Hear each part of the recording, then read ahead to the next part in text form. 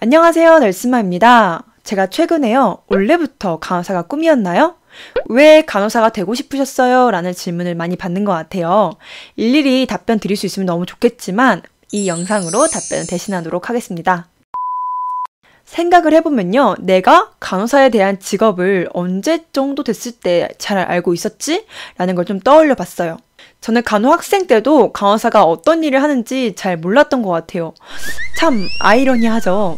실습을 했는데도요, 간호사는 무슨 일을 하지? 이걸 잘 몰랐다는 게 아이러니한 이야기이긴 한데요.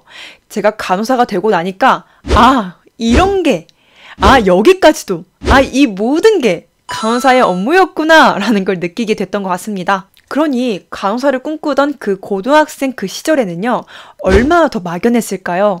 저는 간호사에 대해서 더 잘 알지 못했던 것 같아요. 저는 원래 고등학교 2학년 때까지요, 꿈이 원래 철학과를 가는 거였어요. 아니면 윤리교육학과? 고등학교 때 반 친구들이 야, 나 너한테 윤리 배울래? 해가지고 보충 시간마다 애들한테 윤리를 가르치곤 했거든요. 근데 그때마다 너는 진짜 꼭 철학과를 가야 될 것 같아. 너는 정말 윤리교육학과를 꼭 가야 될 것 같아. 넌 정말 좋은 선생님이 될 수 있을 거야. 라는 이야기를 많이 듣곤 했습니다.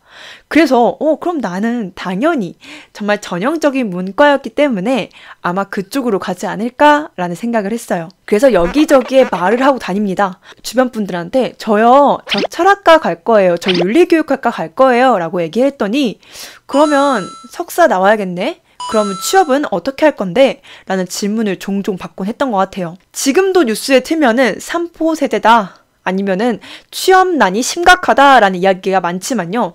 그때도 취업난은 계속 됐거든요. 그래서 고민에 빠지게 됐어요.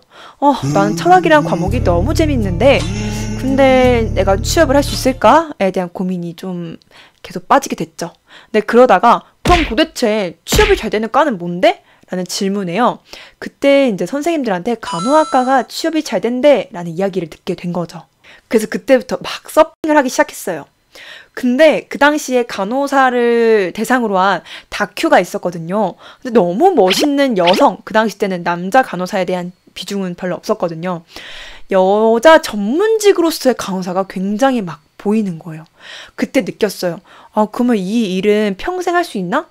뭐 이런 생각도 하면서 간호학과 가면은 나 뭐 대학원 안 가도 되고 빨리 취업해가지고 돈을 빨리 벌 수 있는 거야? 라는 생각이 더 많이 들었던 것 같아요. 뭐 그 당시에는 뭐 유튜브나 간호사 서적 이런 게 없을 때였거든요. 그러니까 간호사가 어떤 일을 하는지 구체적으로는 모르겠지만 그냥 되게 멋있는 직업 같아. 취업도 잘 된다고 하잖아? 라는 생각으로 간호학과에 지원을 하게 됩니다. 그때 당시에 제 생각은요. 우리나라의 나이팅게일은 바로 나다. 그 당시 때는 지금은 아니지만 봉사, 희생 이런 단어가 저한테 굉장히 매력적으로 느껴졌어요. 근데 지금은 그 단어가 그렇게 매력적으로 느껴지진 않지만 그때는 더 매력적으로 느껴졌던 것 같습니다. 그리고 그 당시 때는 저희 어머니가 또 산부인과 병원에서 일을 하고 계셨어요.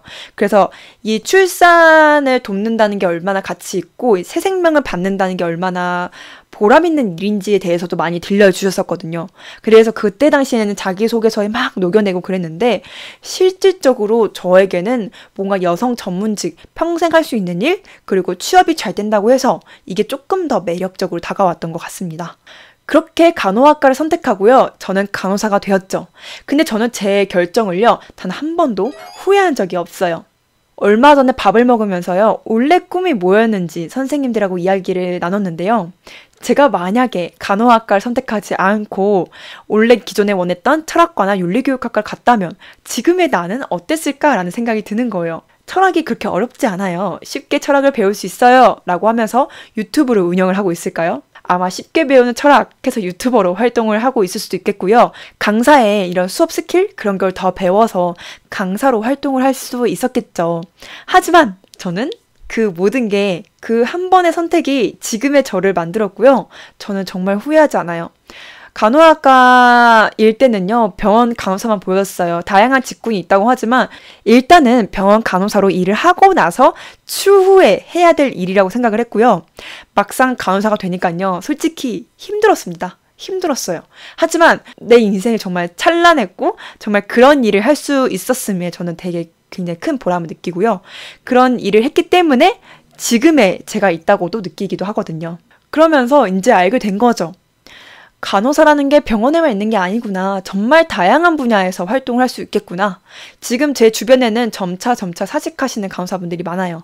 하지만 병원 사직일 뿐이지 새로운 곳으로 이직을 하셔가지고 병원 간호사가 아닌 다른 일을 많이 하고 있습니다. 그렇기 때문에 남녀 불문하고 전문직으로서 평생 이 라이센스가 정말 값지다고 생각을 하고요. 정말 다양한 분야가 있으니까 병원 간호사가 너무 힘들대. 그럼 나는 간호학과조차도 가지 말아야지 라고 생각을 한다면은 좀 아쉬운 부분인 것 같아요. 간호학과 그리고 간호사 라이센스 자체가 너무나 큰 메리트가 있다고 느끼고요. 그리고 저는 지금의 제가 하고 있는 일을 너무 사랑하고 그리고 제가 해왔던 일도 정말 가치 있게 느끼는 사람 중에 한 명이고요. 그리고 철학도 간호학과 가고 교직을 제가 이수했잖아요. 질리도록 배우더라고요. 그래서 이제 철학에 대한 공부에 대한 미련도 어느 정도 없어진 것 같습니다. 여러분들 혹시라도 간호사 너무 힘들대. 그럼 간호학과 가지 말까? 아니면 주변 사람들의 말에 많이 휩쓸리진 않나요? 근데 제가 생각했을 때는요. 저는 취업 때문에 선택을 했지만 지금 제 삶에 굉장히 만족을 하고 있고 제 선택에 후회를 하고 있진 않습니다. 하지만 여러분들 아셔야 되는 거 선택은 자신의 몫이에요.